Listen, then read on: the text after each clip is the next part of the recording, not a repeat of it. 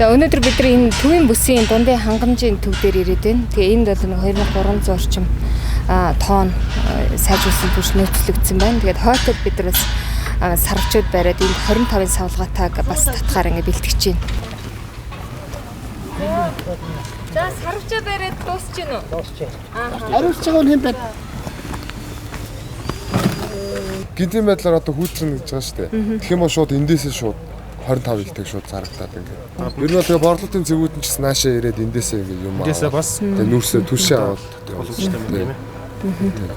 Тэгэхээр маргаашаас ирнэ бол бууж эхлэх үү? 25-ын савлгаа. Бараг тех багт. Тэгээ энийг яг өнөөдөртөө хүлээгээд авчих юм бол маргаашнаас юм байж. Одоо доор хаяж нэг 40-50 тонныг бол татна гэж үзэх хэрэгтэй шүү. Тийм.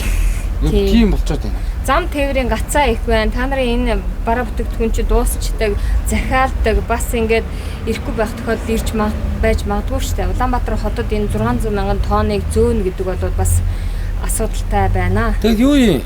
Тийм задгаа энэ 10 ингээд задгаа ингээд тооноор ирэхээр өөрөөсөө савлахаар бас ажиллагаа хэрэгтэй юм. Дараачийн юу болоод ингээд савлгаатай ирнэ. Яагаад тэгэхээр савлгааны 13 машин ажиллаж байна. Тэдний хүчин чадал сайтай байна. 3-4 мянгаыг өдөрт савлахаар тийм хүчин чадалтай байгаа. Тийм учраас цаашлаад болоод 25-ын савлгаатайгаа ирнэ. Хэрвээ 1 тонны савлгаатай гэж захиалууд 1 тонн ирнэ. Захиалахгүй байгаа тохиолдолд болоод них олон удаа ингэж зайлшгүй савлах шаардлага гарахгүй хаа 25-аараа захиалж болно гэсэн үг.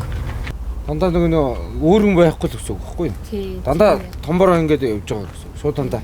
Тий. Ер нь бол 5% нь одоо ийм үүрмэг гарч ийн гэсэн үг шүү дээ. 5% тий. Тэгээ та нар маань энд өөрсдөө шуудалж байгаа учраас 5-7 болоод тэр үүрмгийг аваараа. Ягаад тэгэхээр иргэдээ бас борлуулагч нараа хохироож болохгүй шүү. Илүү одоо дэмжих талаас нь ажиллаараа гэдэг ийм л одоо өөрөг даалгавар өгж ингэж явж байгаа. Тэгэхээр та хэд маань яг савлаад үлдсэн тэр үүрмэг гарч байгаа 5% болоод ингээ хиллээд 5-7 буцаагаад өгөхөд боломжтой байгаа шүү тий. Савлгаа хийх хүмүүсээ бас нэмж өгөөд тий. Одоо энэ чи 10 тонны чинь нэлээд удаан савлах гэдэг шүү дээ тийм үү? Мэддэг мэдээлэлээ зөв өгөөд иргэддээ сайхан туслаад яаж гаргааны зааварчилгаагаа өгөөд ингээд явах ёстой байгаа шүү. Тий. За одоогийн байдлаар 230 борлуулалтын цэг байгуулагдаад байна. Тэгээ өдөрт бид нар бас борлуулалтын цэгүүд ажилуулах хүсэл сонирхолтой хороодтой бүртгүүлсэн хуучин яг энэ борлуулалтын үйл ажиллагаа хийж исэн хүмүүстэйгээ гэрээ байгуулж байна. Өнөөдөр ихэд 85 одоо борлуулалтын ажилтнуудтай дахиж гэрээ байгууллаа. Тэгээ өнөөдрийн байдлаар бол миний хувьд энэ 230 борлуулалтын цэг дээр төрш хэрхэн очиж юу, савлгаа яаж хийгдэж гин, дээрээс нь борлуулалтаа хийж эхэлж юу гэдэгтээ ингээд танилцаад явж байна.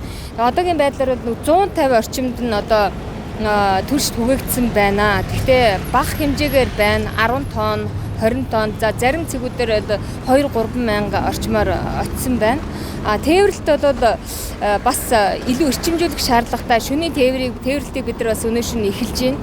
Тэгэхээр зэрэг тээвэрлэлт бас удаашралтай байна. Тэгээд борлуулалтын цэгүүдээ болоод илүү шамдуулж, илүү хурдан байгуулах талаар шахаж ажиллаж байна.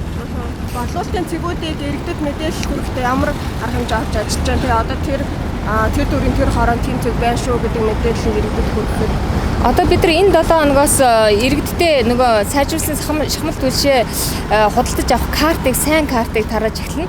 Тэгэхээр тэндээс одоо иргэд маань 400-400-аараа нэг одоо борлуулалтын цэгээс худалдан авалтаа хийн. Тэгээд карта авахдаа аль цэгээс яаж авах уу гэдэг мэдээллийг бас түгээгдэхээр байгаа. Энэ дээр бол хороодын засаг дарганаар, дээрэс нь хэсгийн ахлагч нар, дүүргүүдийн тамгийн газрын дарганаар, засаг дарганаар бол нэлээд анхаарал тавьж хүч нэгдэж ингэж ажиллах шаардлагатай байна гэж бодож байна.